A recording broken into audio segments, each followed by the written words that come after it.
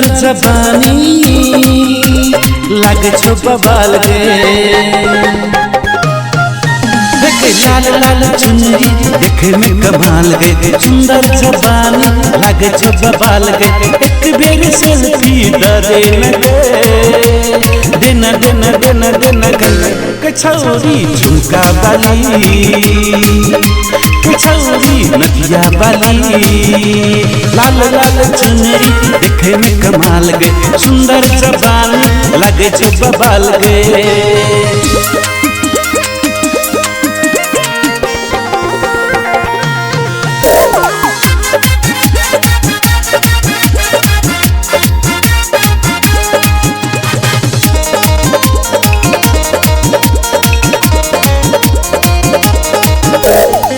Fashion करके गई छौरी सबके पागल बनाबै छी गे फैशन करके गई छौरी सबके पागल बनाबै छी गे अपन जवानी देखा के छौरी सबके मन ललचाबै छी गे एक बेर सेल्फी दे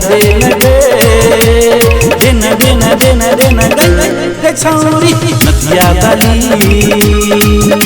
गे छौरी झुमका बाली लाल लाल चुनरी देखे में कमाल गे सुंदर जबानी लागे छो बबाल गे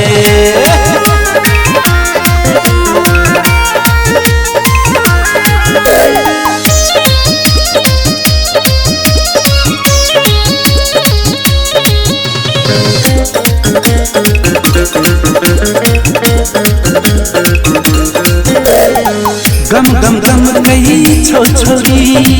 तोर जवानी के सेंध गे गम गम गम कही छो छोरी तोर जवानी के सेंध गे तिरछी नजर से मर छी गोली किया हमरा सताबै छी गे एक बेर सेल्फी दे देना देना देना देना गे छौरी नदिया बाली गे छौरी झुमका बाली लाल लाल चुनरी देखे में कमाल गे सुंदर जबानी लागे छो बबाल गे देना गे एक बेर सेल्फी देना गे देना देना देना देना गे छौरी झुमका बाली गे छौरी नदिया बाली लाल लाल चुनरी देखे में कमाल गे सुंदर जबानी लागे छो बबाल गे।